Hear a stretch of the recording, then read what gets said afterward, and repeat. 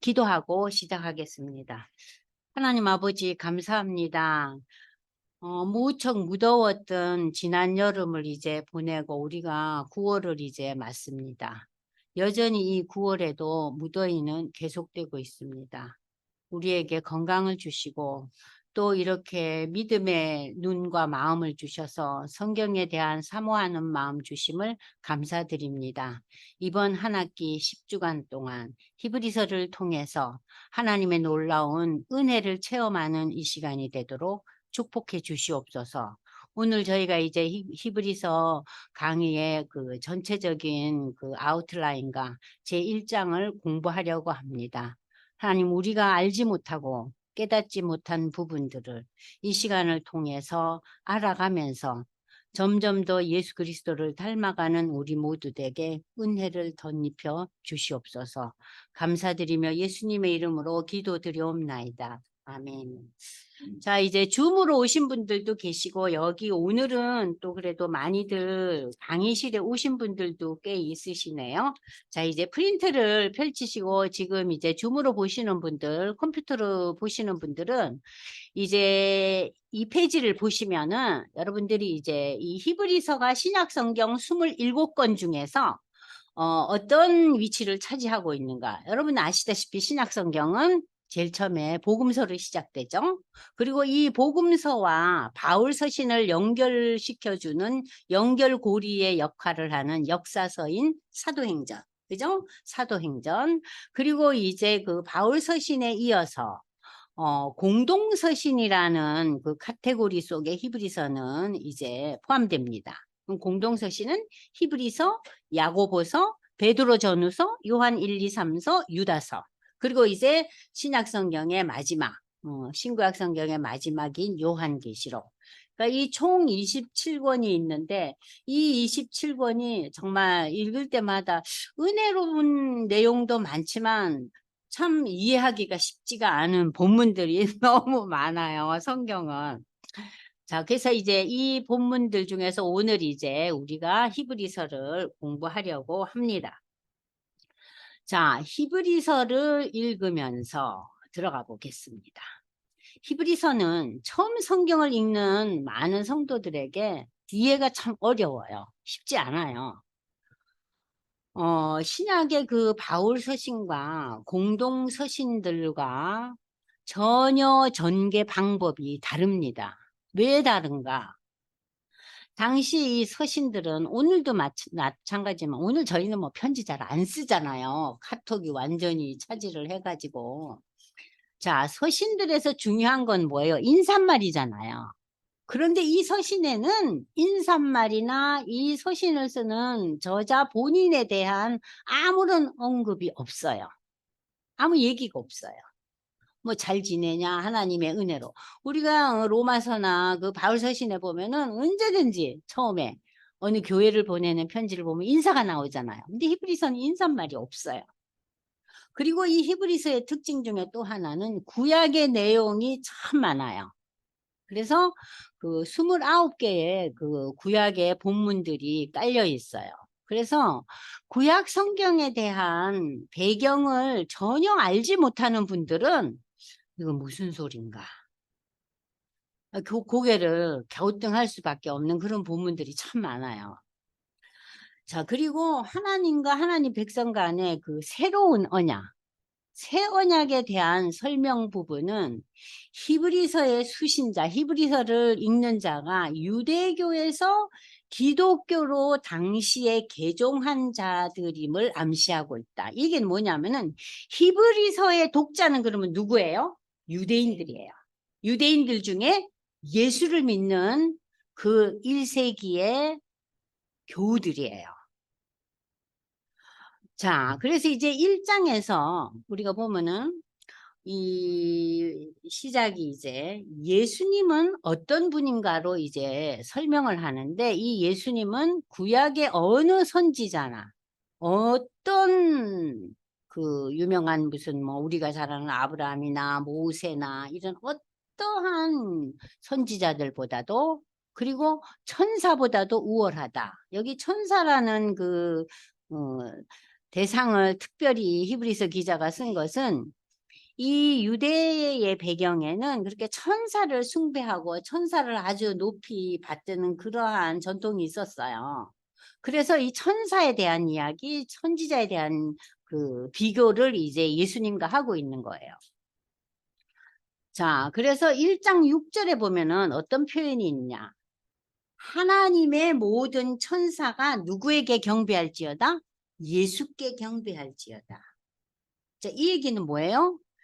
예수님은 경배 대상이라는 거예요. 근데 우리가 구약에 나타난 어떤 선지자도 천사도 우리의 경배 대상은 아니잖아요. 그죠? 예수님은 어떤 대상? 경배 대상. 경배 대상이라는 것은 다른 말로 표현하면 하나님, 신적인 존재라는 거예요. 그것을 제일 먼저 강조하고 있는 거죠. 히브리서를 읽는 그 독자는 당시에 그 유대 그리스도인들이었는데 이들은 대부분이 로마에 살면서 기독교로 개종한 유대인들이에요. 기독교로 개종한 사람이에요. 그러니까 우리가 지금 상식적으로 어떤 생각이 듭니까? 유대교인들하고 관계가 좋겠어요? 나쁘겠어요? 당연히 좋지 않죠. 이 유대인들은 자신들의 그 신앙과 전통과 이런 것들을 상당히 자랑스러워하고 그것을 강조하는 민족들이잖아요. 그런데 이 메시아인 예수가 왔다, 예수를 믿겠다고 유대교를 떠난 이 유대인들을 얼마나 핍박했겠어요. 자, 초대교회 시대에는 로마가 그 당시에 식민지의 종교를 어느 정도 처음에 허용을 했어요. 그래서 핍박이 덜했습니다. 그러나 언제부터 이 핍박이 시작되고 아주 어려운 시대가 시작됐냐면은 여러분 잘 아시는 네로 황제.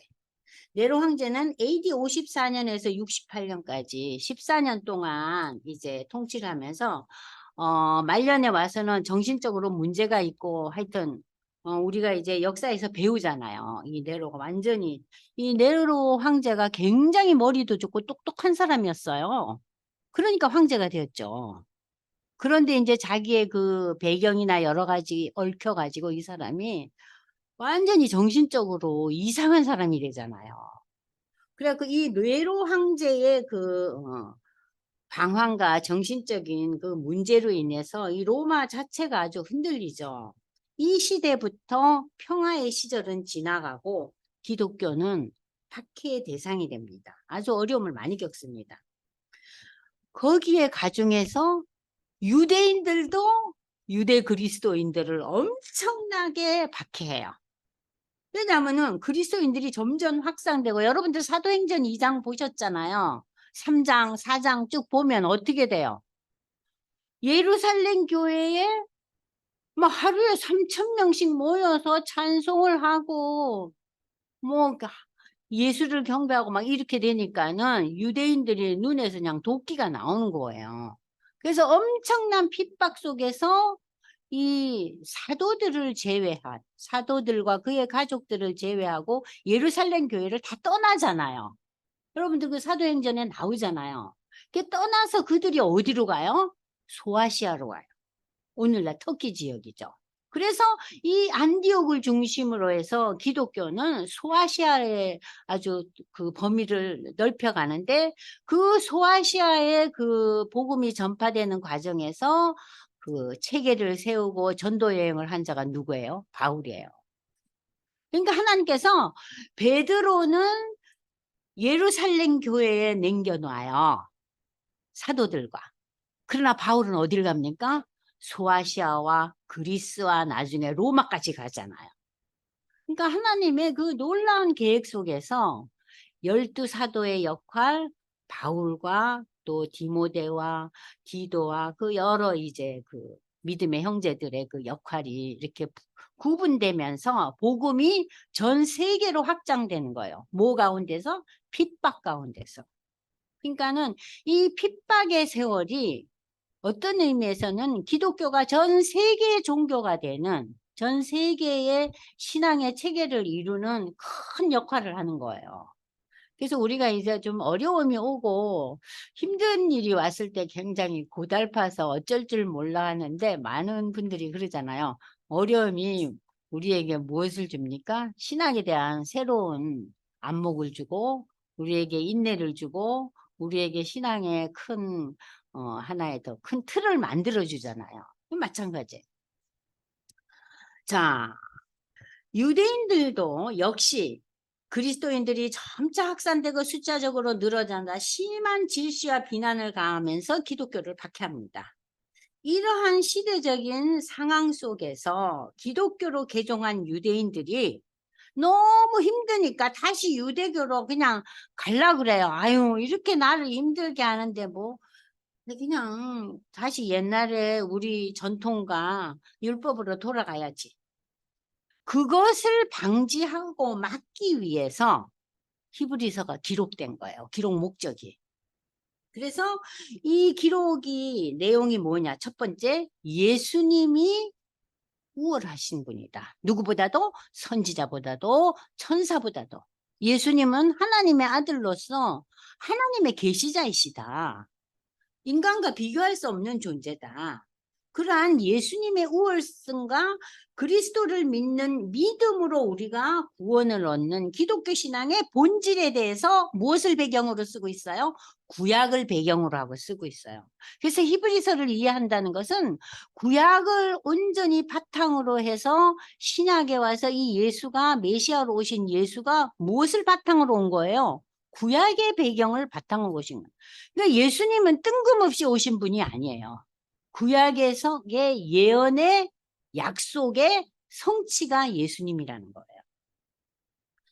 자, 그래서 이 기독교 신앙의 본질을 설명하고 있어요. 예수님은 우월하시고 어떤 선지자나 천사보다도 그리고 이 예수를 믿는 믿음으로 우리가 하나님의 자녀가 되고 우리가 하나님의 나라를 소유하고 영생을 누리고 영원한 천국을 우리가 바라보며 살아갈 수 있다는 그 신앙을 이제 이 히브리서를 통해서 밝히고 있습니다.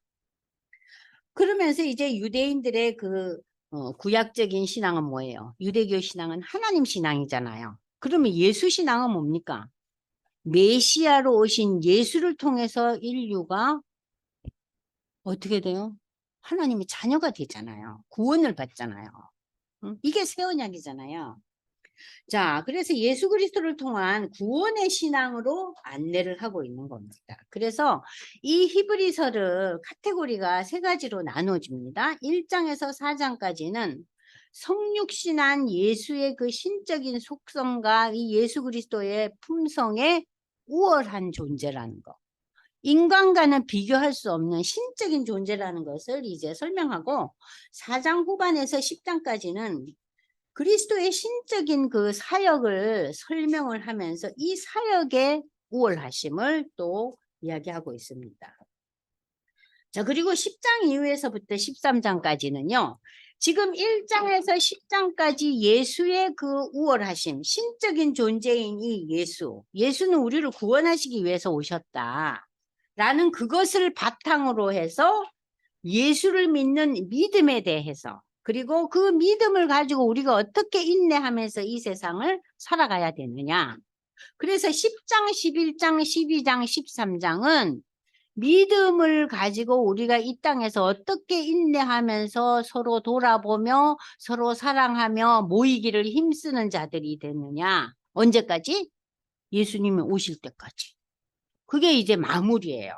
그러니까 전체적인 내용을 여러분들이 이제 1장에서부터 13장까지의 그 전체적인 내용이 뭐다 하는 걸 알게 되면은 히브리서에 대한 전체적인 그 이해가 좀 되잖아요. 그래서 히브리서는 구약의 그 제사, 레위기에 나타나 있는 여러 제사들이 있었잖아요. 그 제사의 완성자가 누구예요? 예수의 십자가의 죽음이잖아요. 그것을 신약의 어떤 본문에도 물론 바울 서신에도 간간히 설명은 하고 있지만 이 히브리에서 아주 자세하게 설명하고 있어요. 그래서 우리가 여러분 어때요? 평소에 레위기서 보면은 좀 어렵죠? 그리고 내용이 재미가 없잖아요.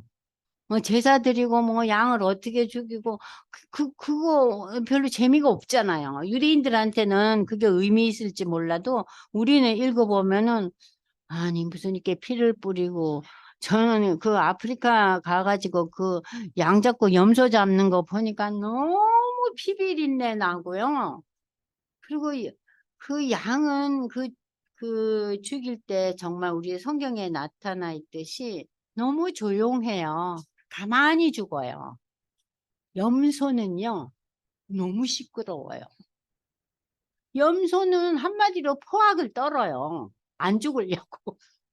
그래서 우리가, 어머, 우리는 염소네. 그래서 염소를 보면서 우리 모두가 놀랐어요.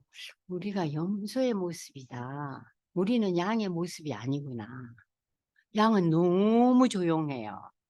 아무 내색을 안 해요. 근데 염소는요, 그 염소 소리가 특이하더만요.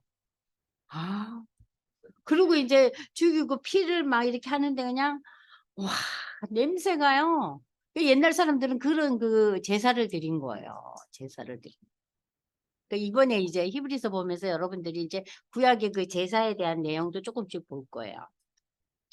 자, 그러면 이제 그 다음 페이지에 이제 가시면은 제가 설명이 계속됩니다.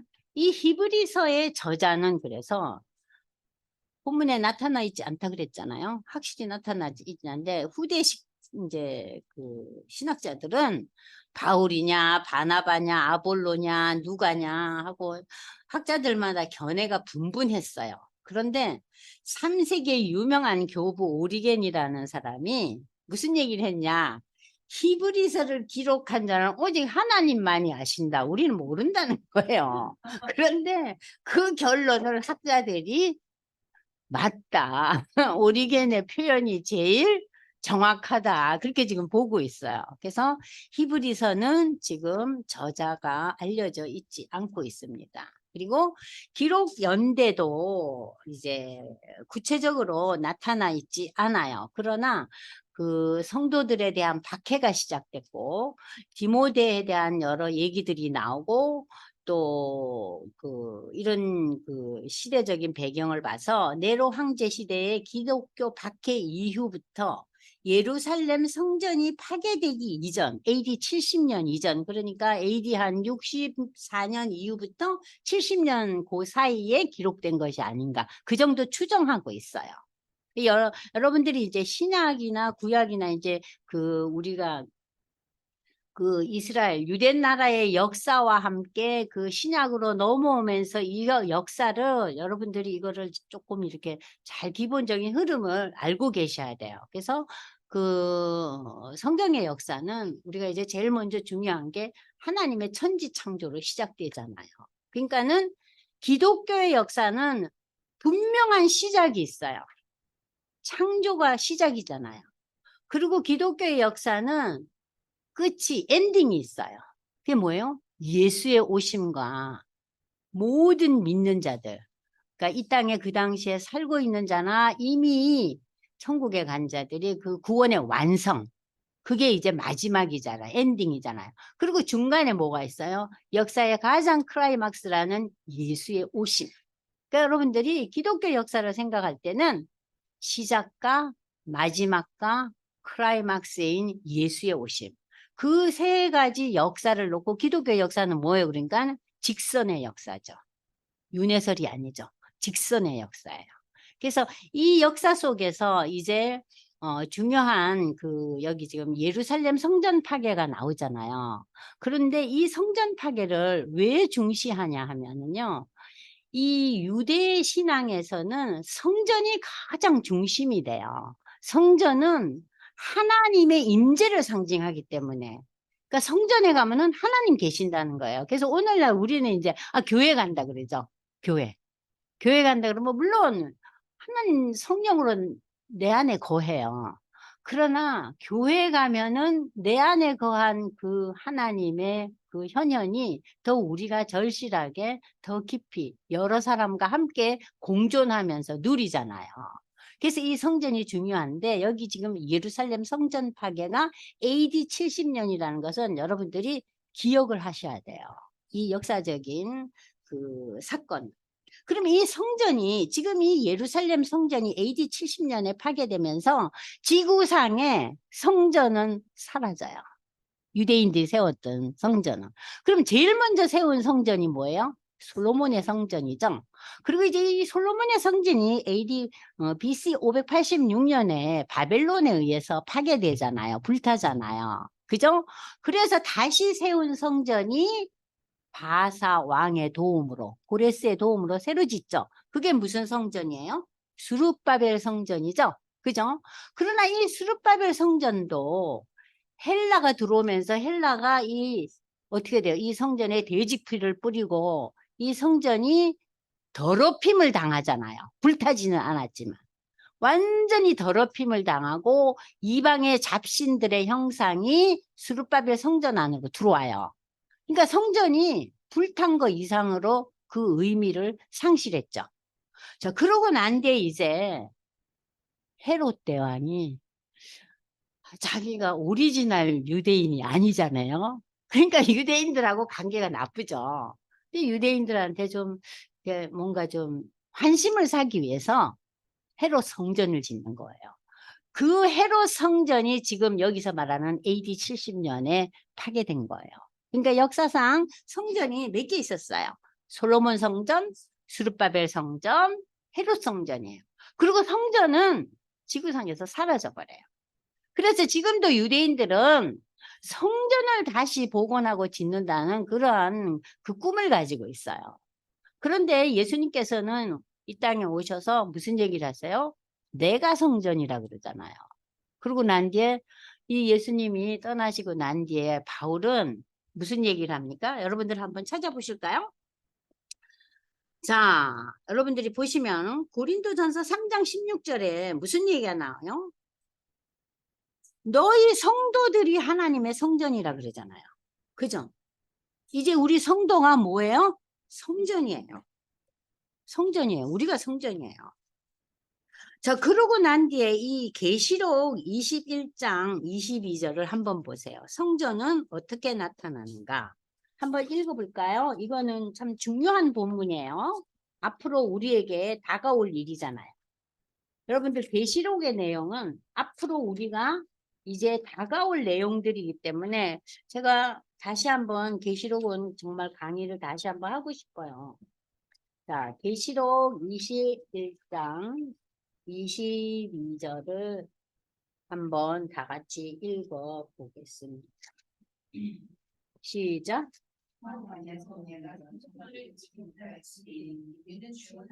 곧 전능하신 이와 및 어린 양이 그 성전이십니다. 우리가 다 하나님의 나라에 가서 이제 구원의 완성이 이루어지잖아요. 그러면 모든 믿음의 성도들이 한 공간에서 그 성 안에서 하나님 전능하신 이와 어린 양이 그 성전이라는 거예요. 그러니까 이 성전의 의미가 이렇게 역사적으로 변화되는 거 여러분들 이제 좀 이해되셨죠? 그죠? 예수님이 성전이었고 그 다음에 예수님이 떠나시고 난 뒤에 성령을 우리에게 부여하시면서 우리가 성전이라는 거. 그리고 이제 우리가 종말에 완성된 하나님의 자녀로서 천국에 가서 완성된 그 구원의 완성의 상태에서는 그 천국에서 우리가 하나님과 어린 양 예수가 성전이라는 거. 그러니까 함께 있는 거예요. 함께. 함께 있는 거예요. 그러니까 이 천국이라는 것은 우리가 지금 생각하기에는 굉장히 피상적이고 상상이 안 가지만 천국이라는 것은 분명히 존재하는 플레이스예요. 그러니까 우리는 아니 뭐 그냥 구름같이 둥둥 떠 있는 데인가 그런 게 아니고 천국은 우리가 오늘 뭐 근사한 아파트다 뭐 새로 그냥 완전히 아파트를 둘러엎어서 리모델링을 해서 멋지다 뭐 그런 개념이 아니라 천국은 분명히 실존하는 플레이스 장소예요. 거기에 우리가 모두 다 가는 거예요. 근데 지금은 어디 있어요? 지금은 그건 완성 안 됐어요. 지금 우리가 어디 있어요? 예수님이 십자가에서 그 강도에게 뭐라고 얘기했죠? 네가 오늘 나와 함께 낙원에 있으리라. 지금 예수 안에서 돌아가신 분들은 낙원에 있어요. 그것도 천국의 일종이지만 완성된 천국은 아니란 얘기예요. 아시겠죠? 그러면 그 낙원에 완성되지 않은 천국에 우리 모든 믿음의 성도들이 뭘로 가 있어요? 영적인 존재로 가 있어요.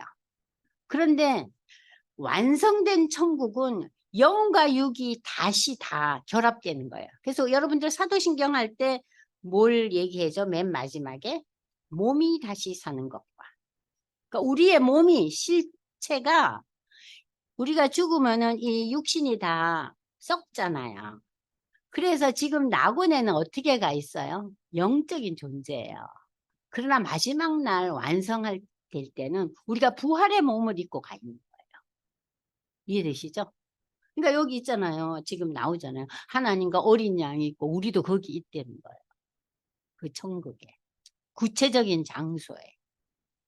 그러니까 그런 그 내용들을 생각해보고 기억하게 되면요. 오늘 우리가 겪는 여러 가지 갈등이나 어려움에 대해서 여러분들이 좀 생각이 어떻겠어요?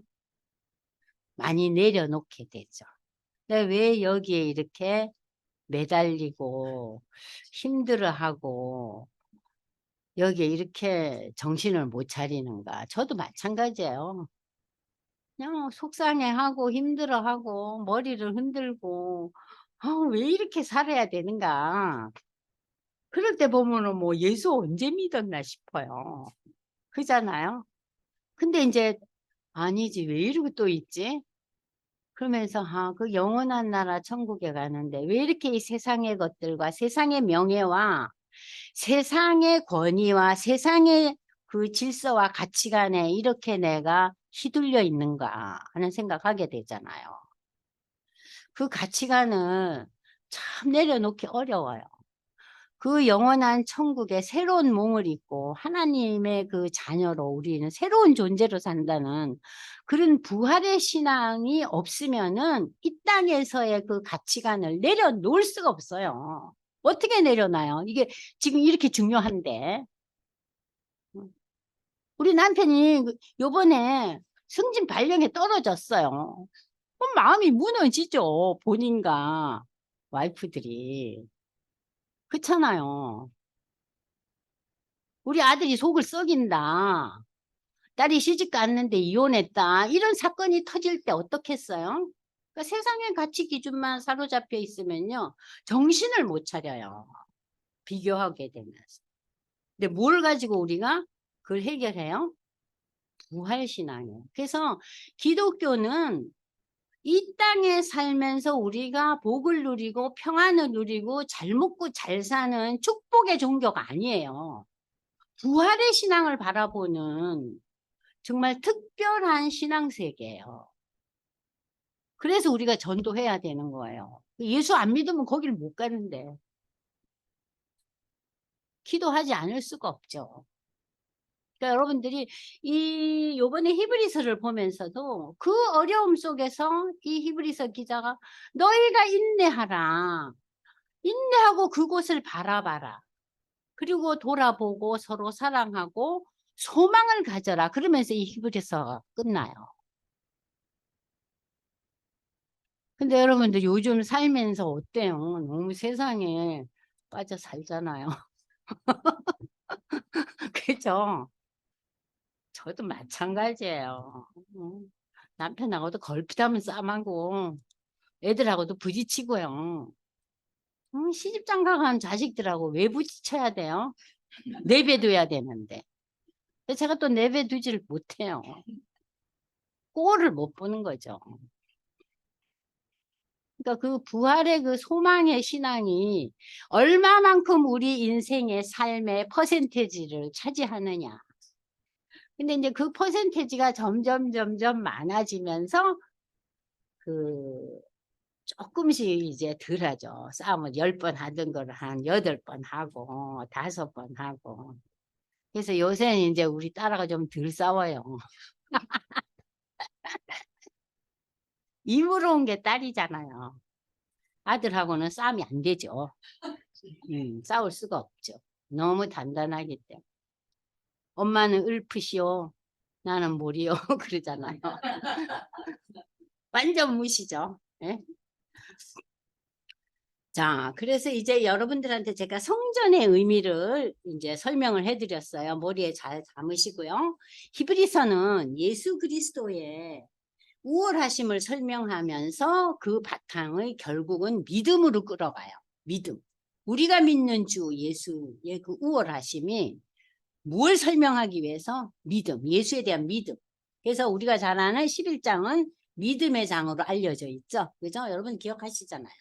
그리고 이제 그 11장 믿음의 장이 있기 이전에 10장에서 완전한 희생 제물로서 예수 그리스도와 그에 대한 믿음을 권면하고 11장의 믿음의 본질, 의인의 믿음, 족장들의 믿음, 믿음으로 승리한 우리 그 믿음의 선진들, 그리고 그 선진들의 그 믿음의 특성들을 소개하고 있습니다. 그래서 히브리서의 가장 중요한 요절 중에 하나인 믿음은 우리가 바라고 소망한 것들의 그 자체라는 거예요. 실상이 뭐예요? 그 자체. 믿음은 우리가 소망한 것들의 자체고 우리 눈에는 보지 못하는 것들이 있나 그것의 증거니 선진들이 그 우리 믿음의 조상들이 이로써 증거를 얻었느니라. 12장 2절 믿음의 주요 요거 제가 미스프린트입니다. 온전하게 하시는 누구를 보라고요? 예수를 보라. 온전하게 하시는 예수를 보라. 온전하게 하신 예수를 보라. 이렇게 구약의 믿음의 선진들을 발자취를 소개한 이후에 12장에 와서 믿음의 주요 온전케 하시는 예수를 바라보더라고 권면하면서 이를 바탕으로 히브리서 기자는 우리가 인생에서 입술로 예수로 말미암아 찬송의 제사를 하나님께 이 찬송의 제사라는 게요. 감사하는 거예요. 우리가 찬송하면서 눈물도 흘리고 감사하면서 감격하잖아요. 감사하며 감격하는 삶을 살고 너희가 구체적으로 이웃들에게 선을 행하고 나누면서 구원의 완성을 향해서 성문 밖으로 나아가라. 이건 뭐예요? 세상으로 나아가라. 세상으로 나아가라. 그렇게 성도들을 강력하게 권면하면서 이 히브리서는 마무리 짓고 있습니다. 그래서 13장 20절 21절을 이제 그 축복하는 기도예요. 한번 같이 읽어볼까요? 평강의 하나님이 모든 선한 일에 너희를 온전하게 하사 자기 뜻을 행하게 하시고 그 앞에 즐거운 것을 예수 그리스도로 말미암아 우리 속에 이루시기를 원하노라.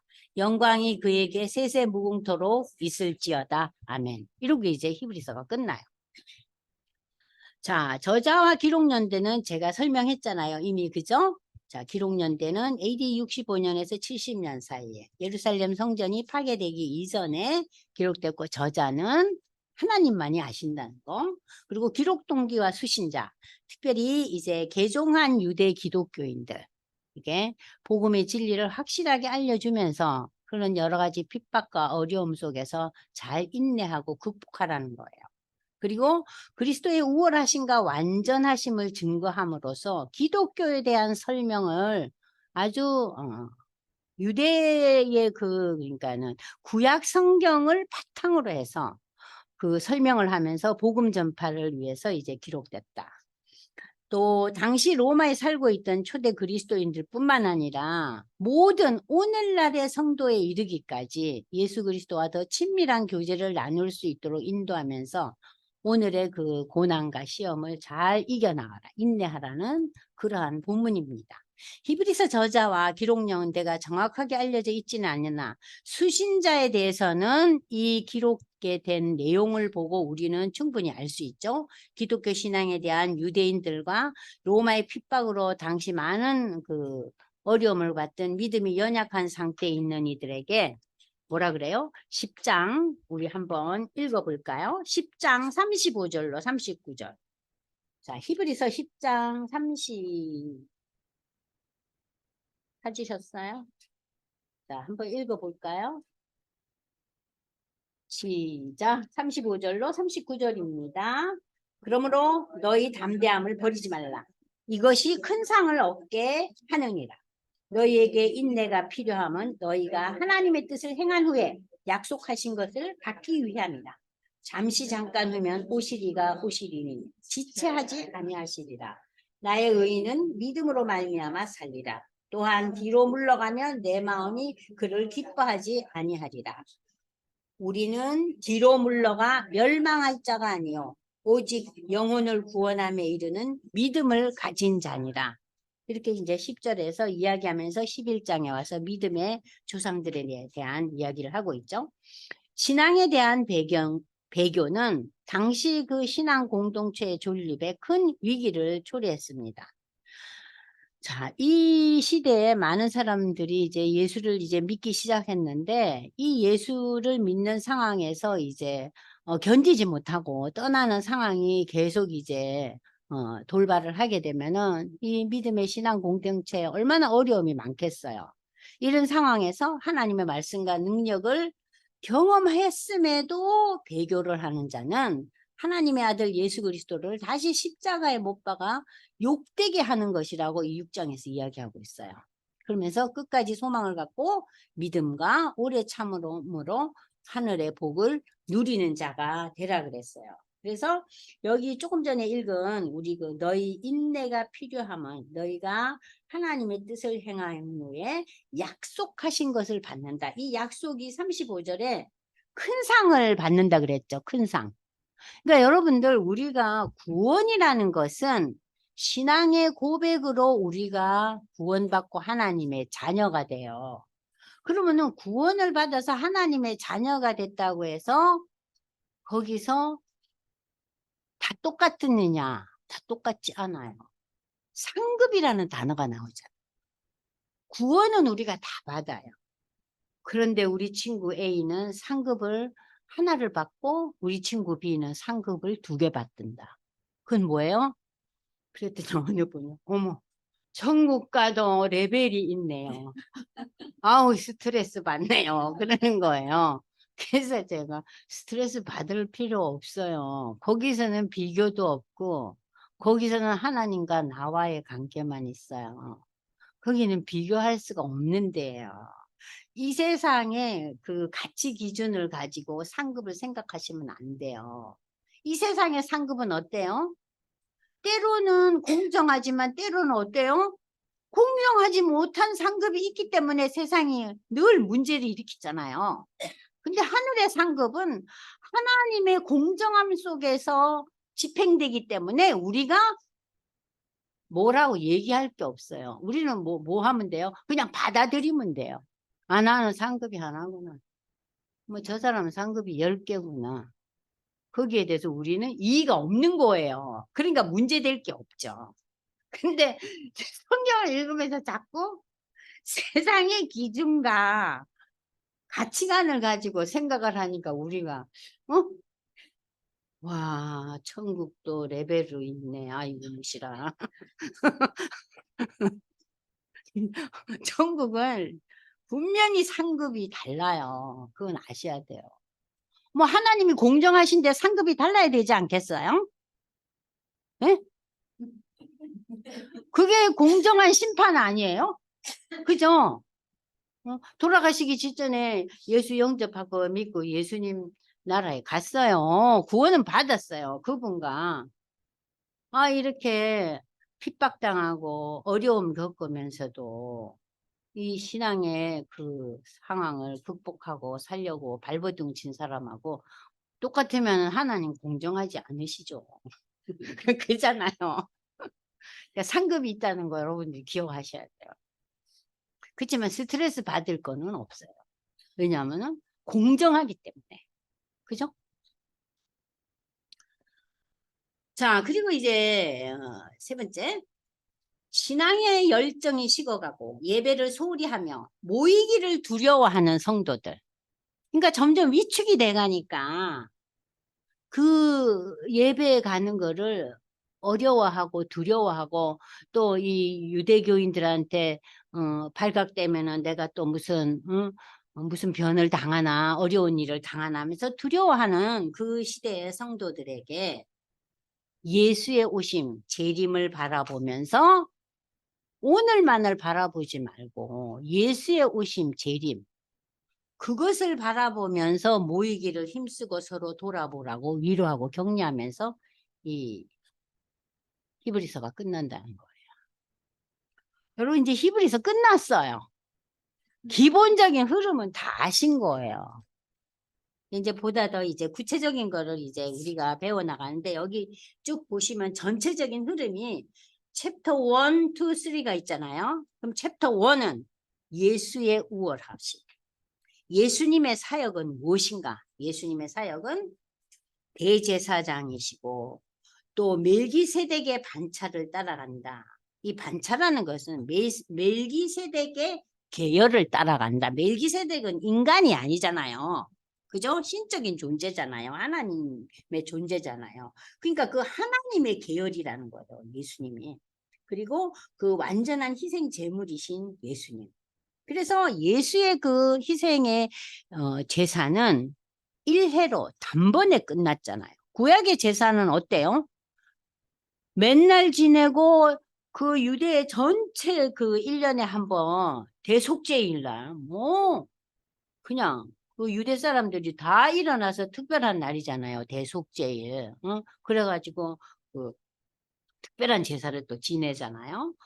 그게 계속 반복되지만 예수님의 제사는 1회로 끝나는 완전한 제사이기 때문에 그 제사를 내가 믿음으로 받아들이면 우리가 그걸 표현을 어떻게 해요? 예수의 피로 우리가 죄사함을 받았다고 그렇게 표현되잖아요. 그리고 이제 이러한 예수의 우월성, 예수의 신적인 존재 대신 예수님의 그 사역을 바탕으로 해서 우리 성도는 어떻게 살아야 될 것이냐. 이 핍박 속에서 이 어려운 그 세상의 질서와 가치 속에서 우리는 어떻게 살아야 될 거냐. 그거를 이제 믿음의 조상들을 열거하면서 너희도 이렇게 살라는 거예요.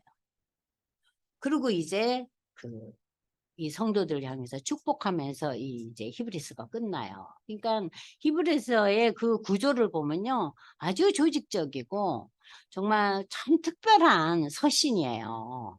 다른 서신들하고 조금 달라요. 그래서 그걸 여러분들이 좀 더 이해하시기 위해서 어떻게 제가 이제 도표를 만들었어요. 도표 만들면 주제가 있죠. 그 다음에 문단을 구분했어요. 예수님이 우월하시는 게 누구보다? 선지자나 천사보다, 모세보다. 유대 백성들에게 뛰어난 지도자는 누구예요? 출애굽의 모세잖아요. 그죠? 그래서 구약의 모든 시편의 내용들 보세요. 출애굽의 하나님, 출애굽의 하나님. 출애굽의. 그리고 이제 예수님의 사역은 대제사장의 역할을 하셨죠. 그러나 대제사장과 다르죠. 그죠? 새 언약의 중보자, 구원, 새 언약의 구원이잖아요. 이 예수님은 완전한 희생의 제물이 되셔서 이 제사는 1회로 끝난다. 그러면서 우리는 이제 그 예수님을 믿으면서 우리가 이 땅에서 어떠한 상황 속에서도 극복하고 서로 돌아보며 사랑하며 수고하며 인내하며 살아라. 그리고 축복 기도로 끝나는 거예요. 저기서 이제 여러분들 좀 이제 히브리서에 대한 기본적인 흐름은 좀 이제 아셨잖아요. 그죠? 그러니까 머리에 그걸 좀 담고 한 5분 쉬었다가 이제 1장을 공부할 거예요. 좀 쉬세요. 너무 오만 얘기 들어가지고 지금 그냥 머리가 복잡하세요? 잠깐 쉴게요. 여러분들 차도 마시고 좀 즐거운 시간 가지세요. 제가 좀 스트레스 준 것 같은데. 스트레스 받으셨으면 좀 쉬세요. 예. 잠깐 쉬고 다시 이제 저희는 11시부터 이제 1장을 공부할 겁니다.